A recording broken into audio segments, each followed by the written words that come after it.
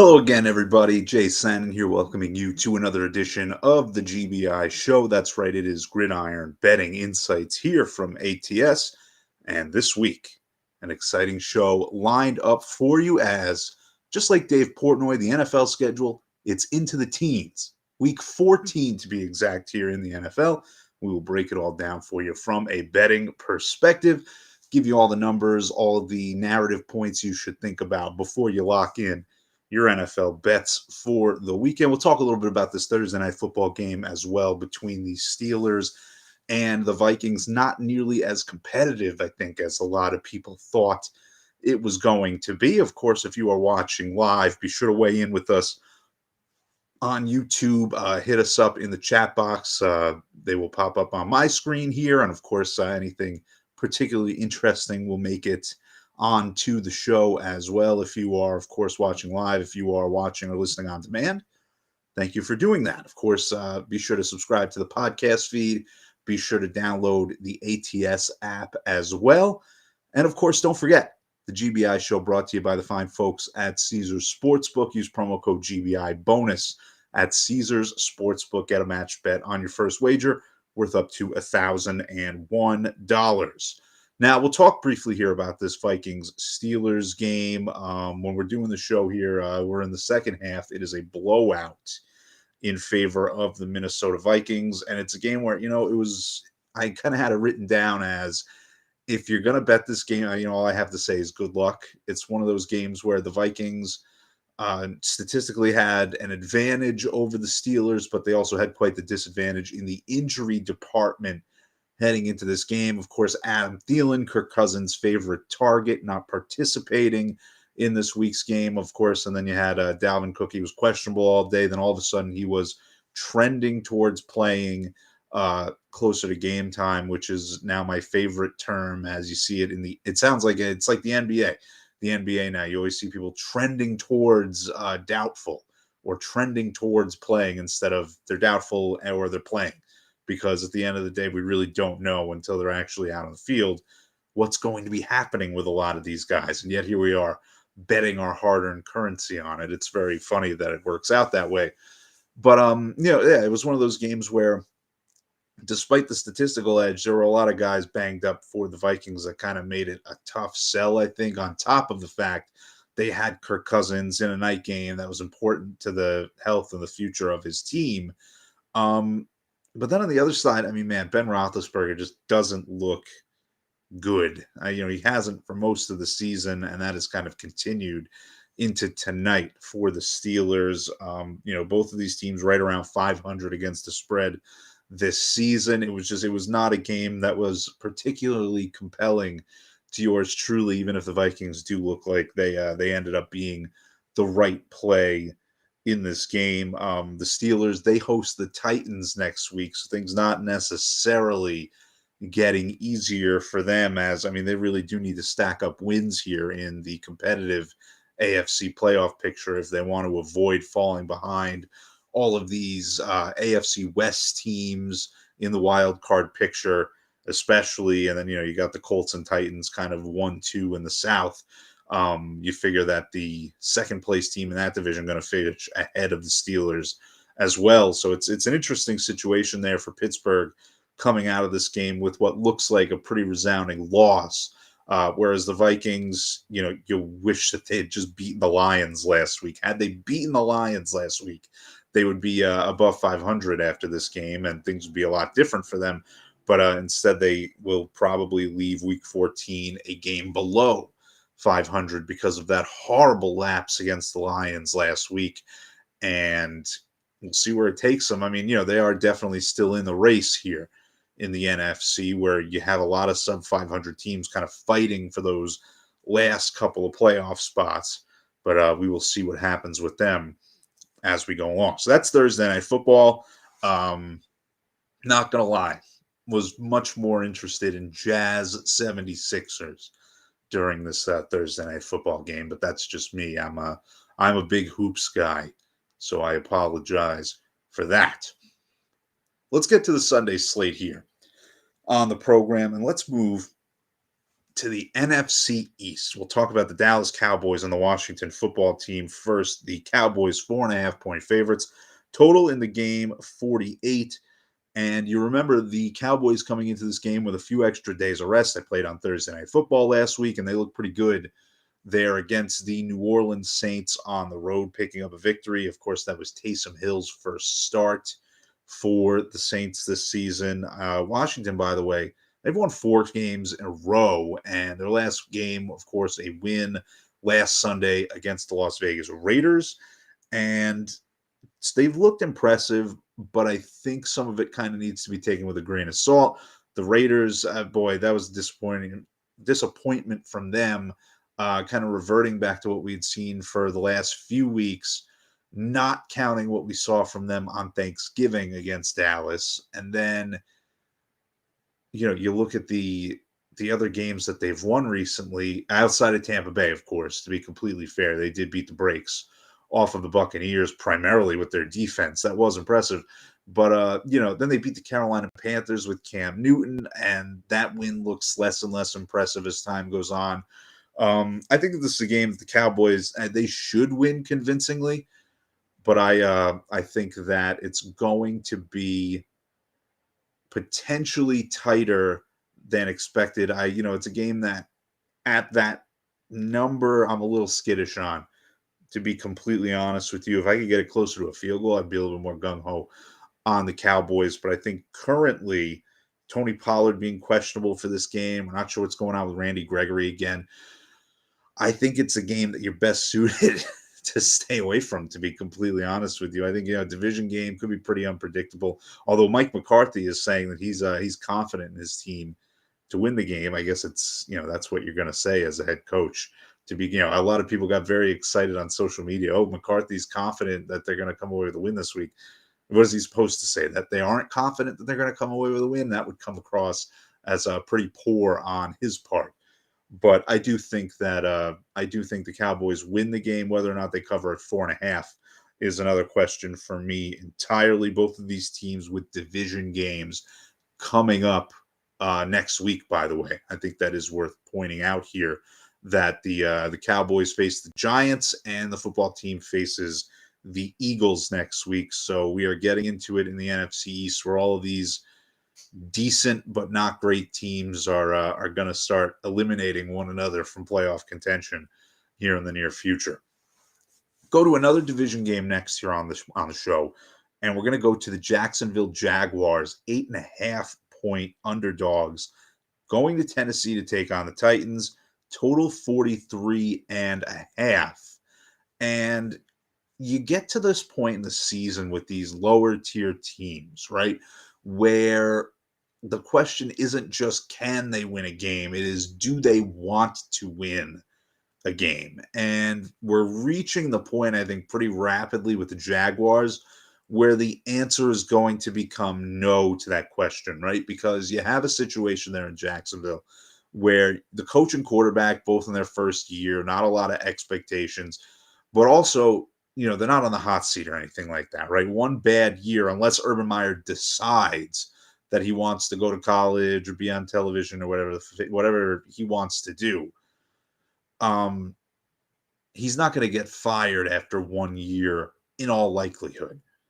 And so you can reach a point here with Jacksonville where the answer to the question of do they want to win late in the season, at least, from an upper level standpoint, of course, the players are always trying to win, but that answer could become no sooner rather than later. And you come into this game with the Jaguars statistically inferior to the Titans, of course, maybe not by as much as one might think. Offensively, they're both in the bottom half of the league, yards per play wise, which certainly doesn't go with the reputation of the Tennessee Titans, but moving the ball on the ground primarily instead of through the air, I guess it makes sense.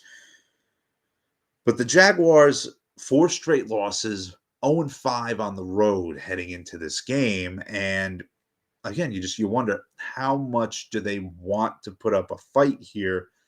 And I'm not sure it's a whole lot. On the flip side, I'm not sure if the Titans right now have the firepower to make them pay for the situation that the Jaguars find themselves in, right? A.J. Brown on injured reserve, Derrick Henry out for the season.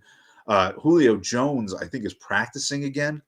I think I read. So, I mean, who knows? We could see Julio Jones soon. We could see Julio Jones this week for all I know. I'm not sure. But I don't think that this Titans team, as currently constructed, has the kind of firepower to blow away the Jaguars anyway. We saw last week the Rams beat them 37-7 in at SoFi Stadium there. I don't think the Titans right now are capable of that kind of performance. For that reason, I would lean toward the under in this game, the under 43.5.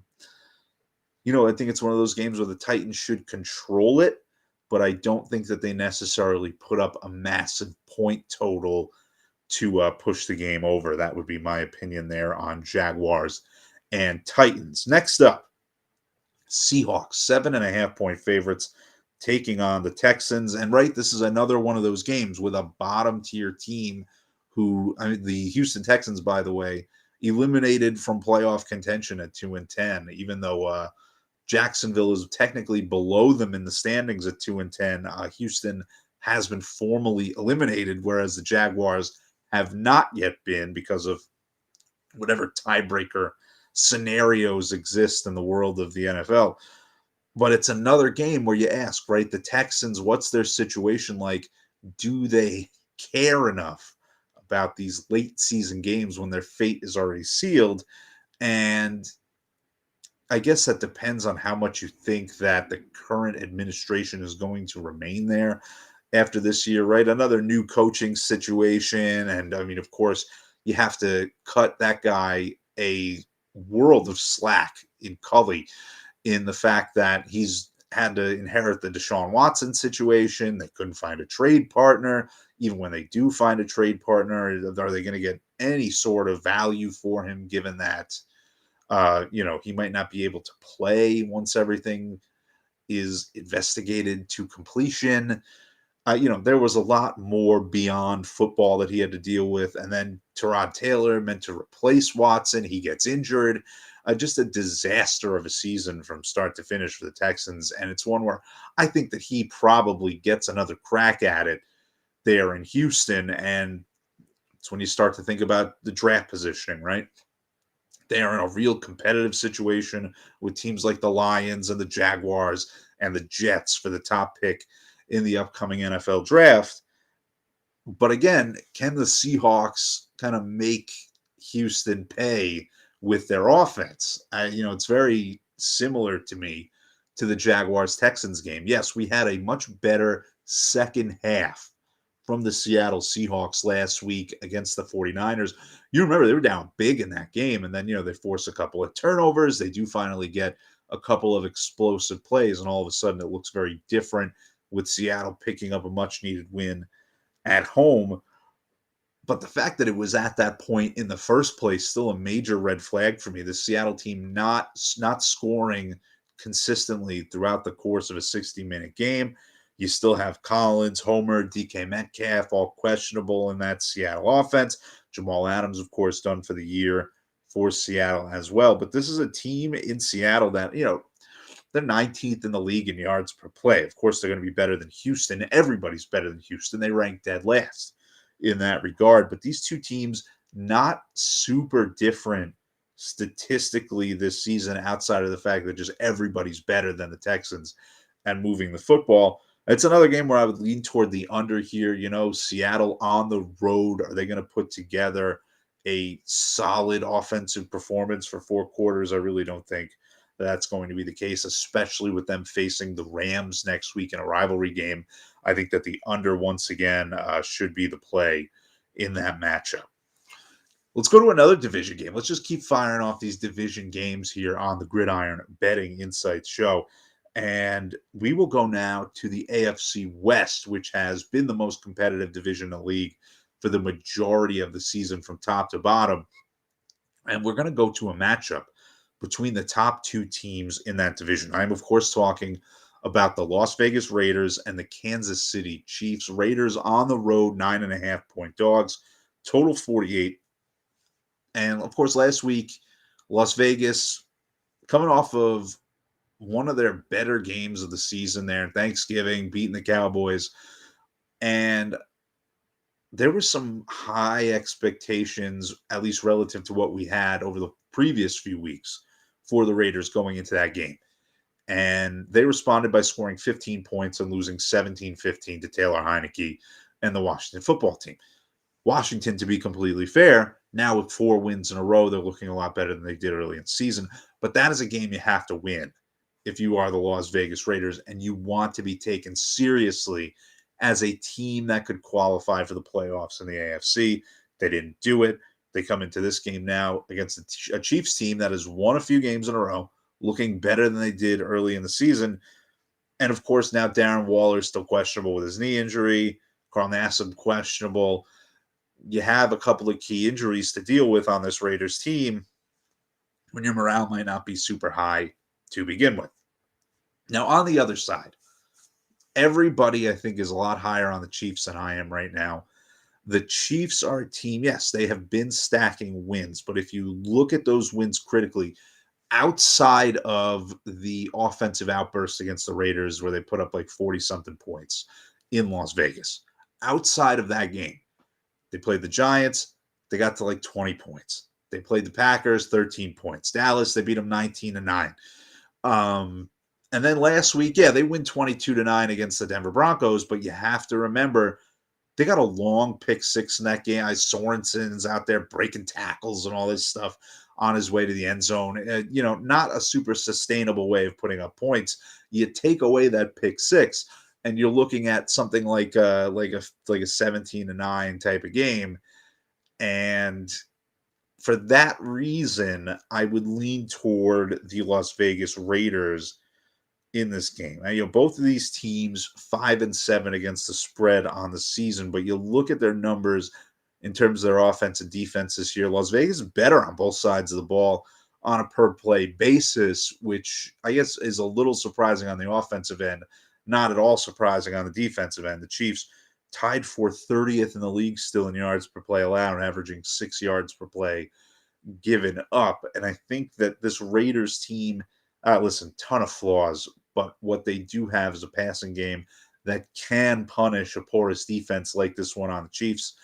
I think that Denver certainly showed they did not have that, and that was really the big difference as to why Denver wasn't able to cover when all was said and done last week. But I think that at least the illusion of a vertical threat will help Las Vegas keep some defenders back and allow them to run the ball, which has worked for them, at least in the recent history of this rivalry, right? Remember that game, I don't remember if it was last season or the year before, but where the Raiders won outright at Arrowhead, and it was just their ability to run the ball, but put up points while doing it. It wasn't like they were just running the clock. I mean, they scored in the 40s in that contest. I don't think we see something similar in terms of the result here. I think the Chiefs win the game, but I think that it's a game where Kansas City's offensive struggles should not be overlooked. Laying double figures with this Chiefs team, with these offensive struggles, I think is something that simply cannot be justified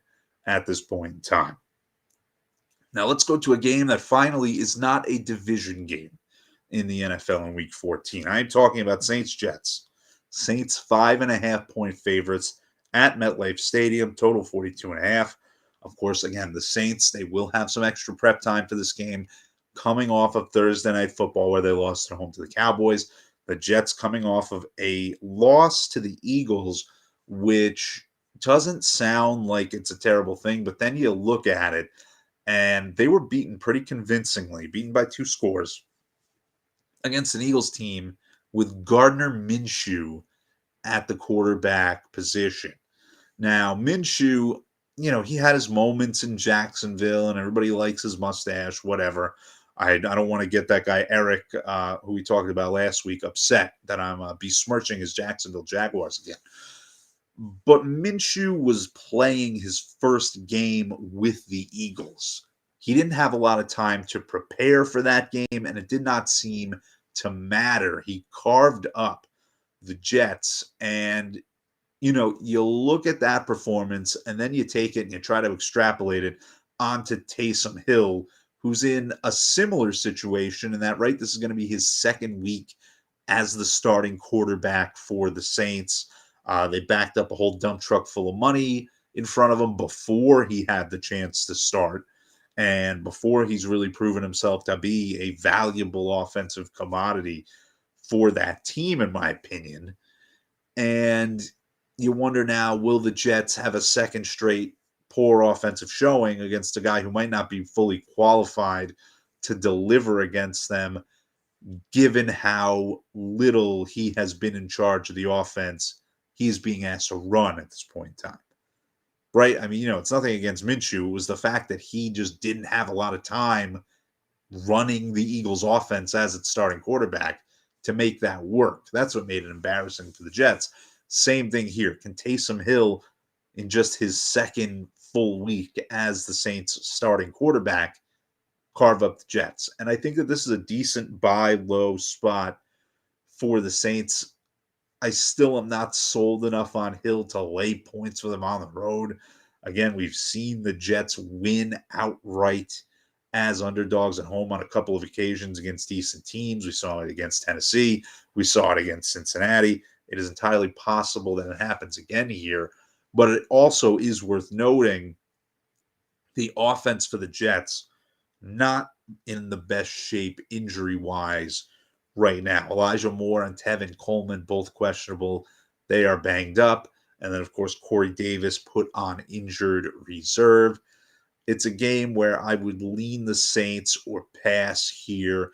I think this is a decent buy low spot on Taysom Hill, who might have his best game as a quarterback in his entire professional career this week, just because the Jets are so bad defensively. They are dead last in yards per play allowed this season, and I think that only continues, especially with Alvin Kamara being expected to play this week for New Orleans. So I would lean toward the Saints there.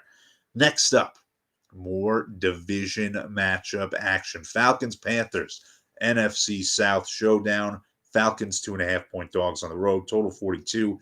And the big story coming into this game is what a mess the offense of the Carolina Panthers is.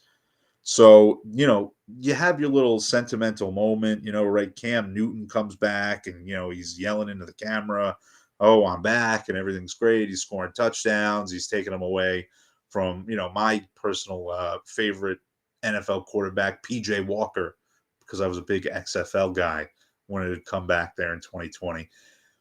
But since then, it's been a nightmare for the Carolina Panthers, an absolute nightmare for the Panthers.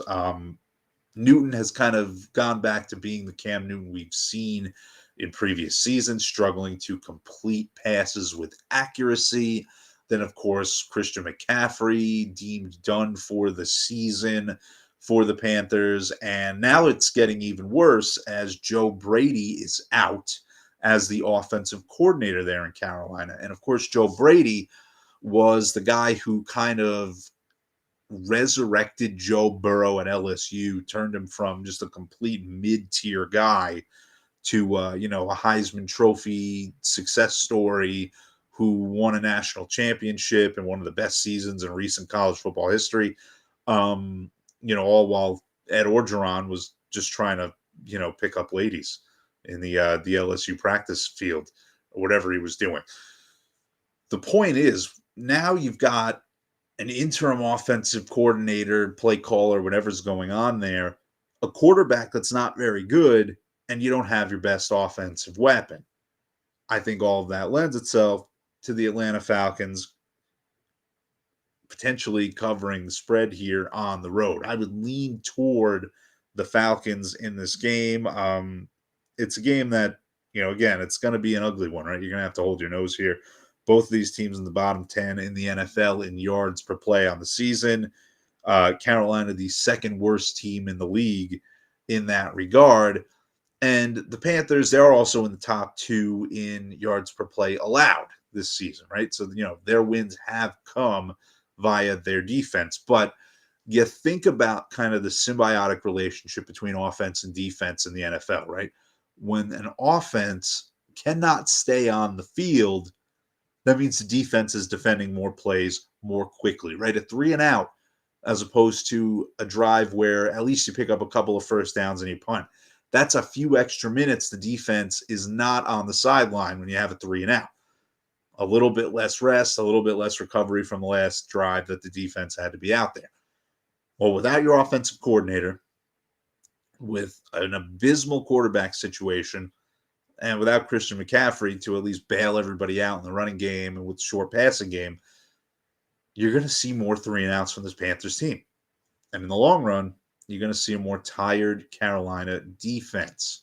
And I think that lends itself very well to the Falcons in this game. By the way, Falcons 4-2 on the road straight up this season. So they are no strangers to picking up wins on the road. They've been horrendous at home on the year. I believe they have one win on their home field. But I think this is a game where they could very well move to 5-2 straight up on the road and do it again as an underdog. Next up, we are going to the AFC North. Ravens-Browns. Ravens 3-point dogs, total 43. And, this Thursday night football game is unfolding before our eyes where the Steelers, they're getting the brakes beaten off of them by the Minnesota Vikings.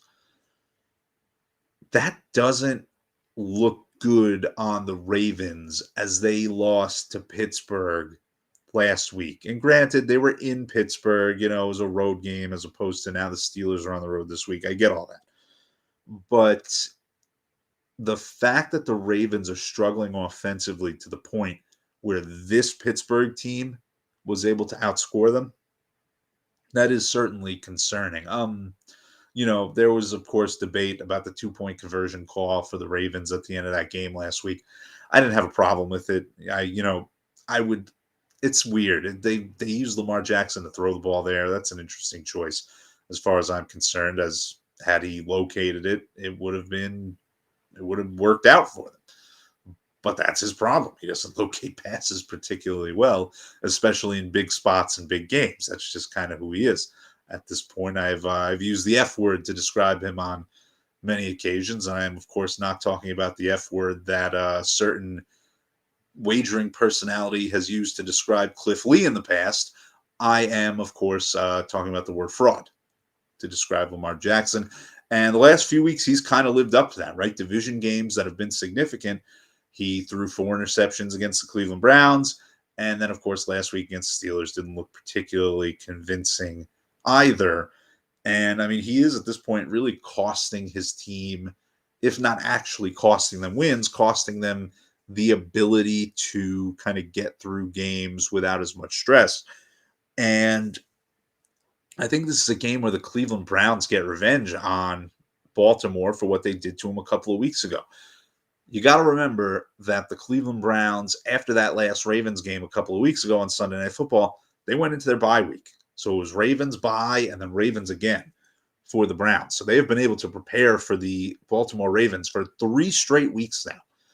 And they were able to presumably make adjustments from the last game, which they lost to the Ravens, instead of having to focus on a new opponent in between. I think that benefits the Browns greatly here. I also think that it's just a different Ravens team when they're on the road.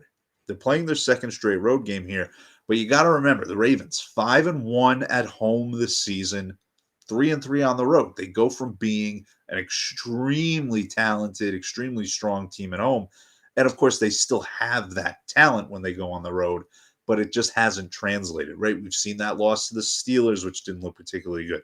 We saw the Thursday Night Football loss to the Miami Dolphins, which was outright embarrassing for the Baltimore Ravens. It's a Jekyll and Hyde situation with this team between home and road, and I think that is going to cost the Baltimore Ravens here. I think that this is a game that really helps open up the division race in the AFC North, as the Browns would pull just a little bit closer as we get down to the final month of the season. But yeah, I mean, I think that Lamar, until he really reins it in, I think that we're going to continue to see issues on the Baltimore Ravens side of things. Next up, here on the GBI show, Giants Chargers, the Eli Manning Memorial game here, as it were. Giants 10-point underdogs on the road, total 43. And my big question coming into this game, this is more as a Giants fan than as a sports gambling enthusiast. Can the Giants just like forfeit these games until Daniel Jones is ready to play again? Because I can't. I cannot sit here and watch Mike Glennon try to play football and usually fail pretty miserably at it. It's just pointless. It is pointless for this Giants team to be on the field as currently constructed without Daniel Jones. There's nothing to be gained from it. It's not like you're seeing what you have for a potential future starter in Mike Glennon. He is not starter material in this league. And you throw on top of that all these other injuries at the skill positions. I feel like it's been months that I've been sitting here saying Saquon Barkley's questionable, Sterling Shepard's questionable, Kenny Galladay's questionable, Kadarius Toney is questionable. It has been months of me saying it. It's not getting any better. It's an awful situation for the Giants, and I wish that this season would just come to a merciful end, only for them. Like, I want to watch everybody else play. I don't want to watch the Giants play as currently constructed. Now, meanwhile, you have a Chargers team that they come off a pretty impressive win last week on the road against the Cincinnati Bengals. I believe that they put up a 40-burger on them. They moved the ball efficiently right from the word go. I was very wrong about that game. I thought that the Bengals at home in a body clock game would have fared a lot better than they did against the Chargers, but that was not the case. And I mean, this is an LA Chargers team. They're tied for 5th in the league in yards per play on the year, averaging almost a full yard per play more than the Giants on the season. And of course, you have to remember that disparity only going to look worse with Mike Glennon probably playing quarterback for the Giants this week, right? Daniel Jones is doubtful, and it's a big opportunity for the Chargers, not just to win an important game, to stay in the playoff race, stay in the division race in the AFC West. This is a big game because I feel like we've seen a lot of Chargers games this season in LA where they have played against teams with like rabid fan bases, right? We've seen them play against the Cleveland Browns at home, for example. We've seen them play against the Dallas Cowboys, right? Like teams with fan bases that are known to be extremely passionate, but like that travel well. When the Steelers played in LA, it felt like a Steelers home game. I don't think that's the case with the Giants right now.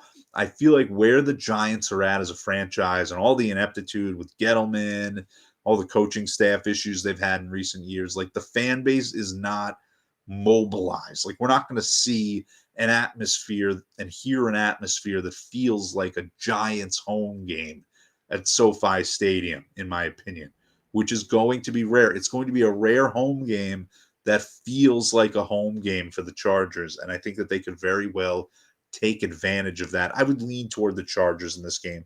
Not a ton of conviction behind it, only because it's still a double-digit line in the NFL. You're looking at garbage time touchdowns. That could get in the way. But I would lean toward the Chargers in this game. Giants just a complete disaster right now. Speaking of disasters, let's give credit to a disaster of a franchise in the NFL that went and made it right last week. I'm talking about the Detroit Lions, folks. 8.5-point dogs this week at the Denver Broncos, total of 42. And this is a Lions team that could have just completely given up on its season.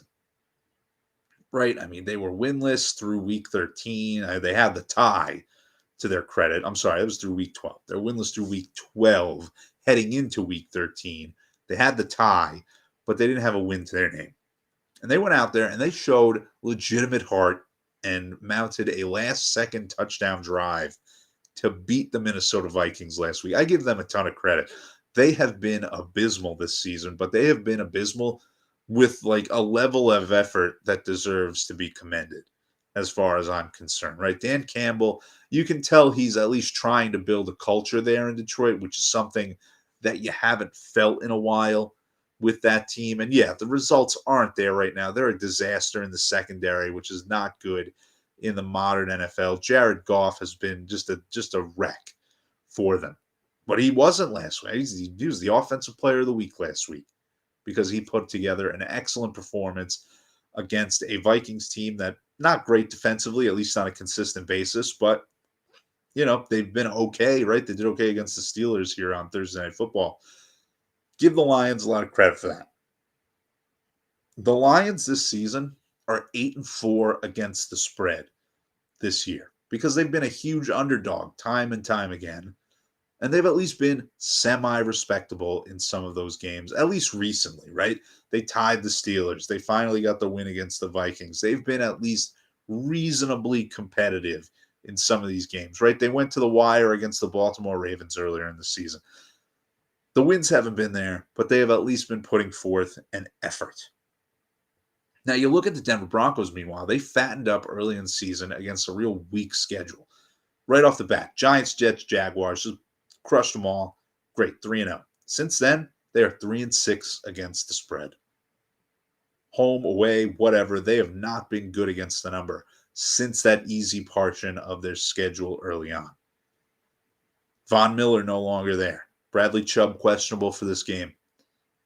I think that the Lions should cover the spread here. I would lean toward the Lions as 8.5-point dogs coming into this game. I just like the way that they've been playing, and I have not been impressed with the way that the Denver Broncos have been playing now that their season's got a lot more difficult. 3-6 straight up, 3-6 against the spread since that easy 3-0 start. And what's more is that, they've been losing some games at home, right? They lost to the Eagles at home. I think that this is a game, I don't think they're going to lose it outright, but I think we see this game fall somewhere within a touchdown. I think that defensively, especially, you give the Lions a lot of credit. They have been at least working to keep teams out of the end zone, something they were not doing early in the season. I think this game might be a one-possession contest when it's all said and done. Now, in the late slate, there are a couple of really good games on Sunday, and we're going to talk about one of them right now, and then we'll get to the next one right after it. Talking about 49ers, Bengals, total 49. The Niners, a 1-point road favorite, and both of these teams coming off of pretty rough losses last week, right? We talked about the Bengals. They got crushed by the LA Chargers at home, and then you talk about the Niners, got out to that big lead against the Seahawks, and then, fumbling kickoffs, turning the ball over, making a real mess out of the second half. They end up losing that game to a Seattle team that, frankly, just isn't very good this year. Not a great look for Jimmy G and company. Still some injury concerns on offense for the Niners. Deebo Samuel, questionable. Elijah Mitchell, also questionable. But certainly not the only team in this game with some injury concerns on offense. You got Burrow, T. Higgins, Joe Mixon, all questionable. Awuzie in the secondary, who's been a real playmaker for the Bengals, also questionable to play in this game. Both of these teams pretty strong statistically this season on the offensive side of the ball, but the Niners a little bit better in terms of their yards per play offensively and defensively this season. Both teams, right around 500 against the spread. I think that the question is, which of these teams is going to come out with a fire under them after a rough, embarrassing week the week before? I would lean toward very slightly the Cincinnati Bengals just by virtue of them being at home, whereas the Niners are playing multiple road games consecutively. I think that's a big problem. It is worth noting, by the way, to be completely fair in this game, this is a 4:25 p.m. Eastern start. This is not the typical San Francisco comes east and plays at 1 p.m. Eastern, and, are they like jet lagged or whatever excuse people use for those body clock games. So that's not a factor here, but I do think that multiple road games consecutively, a lot of travel to deal with, for the Niners. I think that's going to be significant. And I think that that does favor the Cincinnati Bengals heading into this game. Now, my favorite game on the schedule this week, week 14 of the NFL season, Buffalo Bills, Tampa Bay Buccaneers. I had possible Super Bowl preview here, ladies and gentlemen, and I will tell you why I think that in just a minute. Bills, 3.5-point dogs, total 53.5. And I think you need to just kind of throw out what we saw last week on Monday Night Football between the Bills and the Patriots. Yes, the Patriots win that game. Credit to the Patriots for doing so. But high wins, the Bills, a much pass happier team than the Patriots, who were very content to run the Navy midshipman / Lamar Jackson, running the veer there, having Mac Jones throw the ball 3 times total in that game in those high wins. Whereas the Bills, I mean, they just don't have a running game that is built to succeed in conditions like what we saw on Monday night. They need the ball in Josh Allen's hands to be successful. And with those wins, that simply was not viable. They tried it anyway down the stretch. It didn't work. I think that the Bills bounce back here. They have had some impressive wins away from home this season. They blew out a Miami team that's looking a lot better in the later portion of this season. They beat the Saints on Thanksgiving on the road. Of course, they beat up on the Chiefs on the road earlier this season. They are a team that has done very well away from home. And the most important thing here, listen, you're playing in Florida.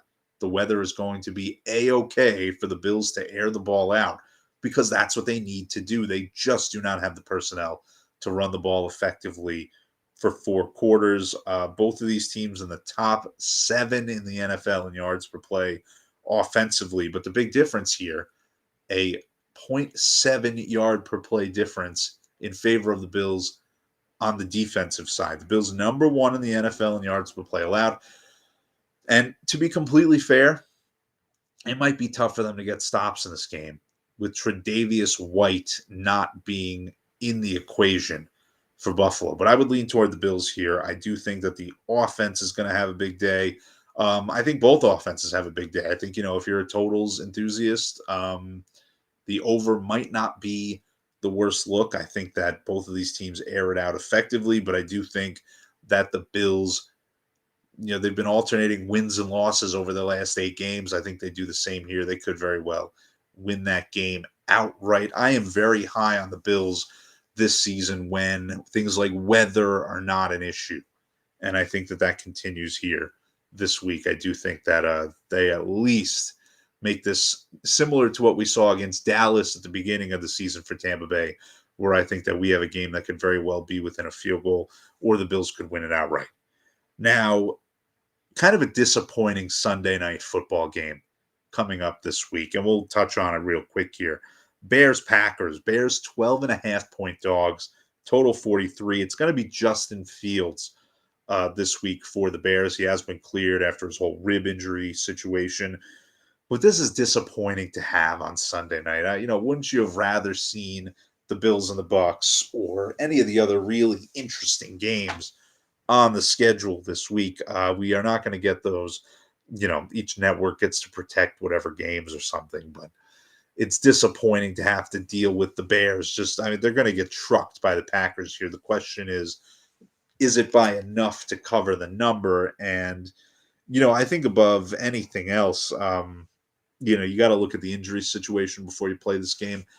Rodgers and Adams both on the injury report is questionable. Bakhtiari the same for the Green Bay offense. And then, you look at the Bears, Allen Robinson, Marquise Goodwin, David Montgomery, all questionable. Akeem Hicks, like the last remaining effective D-line player for the Bears, also questionable. So, a lot of question marks in this game. But we all know, as long as Rodgers is okay to go with the toe situation, that it's going to be a long day for the Bears because, as he said earlier this season, he still owns the Chicago Bears, and he was not wrong. And I'm upset this is the Sunday night game, to be completely honest. I get it. It's like the oldest rivalry in the NFL or whatever. but as a coastal elite, as opposed to a blue collar Midwesterner, I guess I'm just not very interested in what should be kind of a blowout game in a real non-competitive rivalry, at least for the majority of my lifetime. So that's Sunday Night Football. Let's look at Monday Night Football. Rams, Cardinals. Rams 2-point dogs on the road going to Arizona on Monday night, total 51.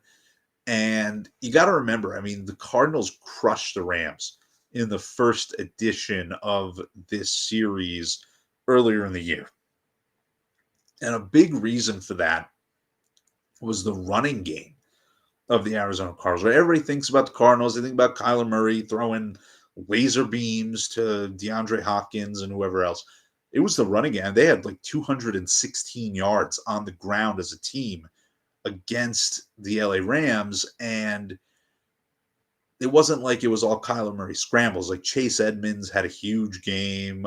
Connor was contributing as well in the running game.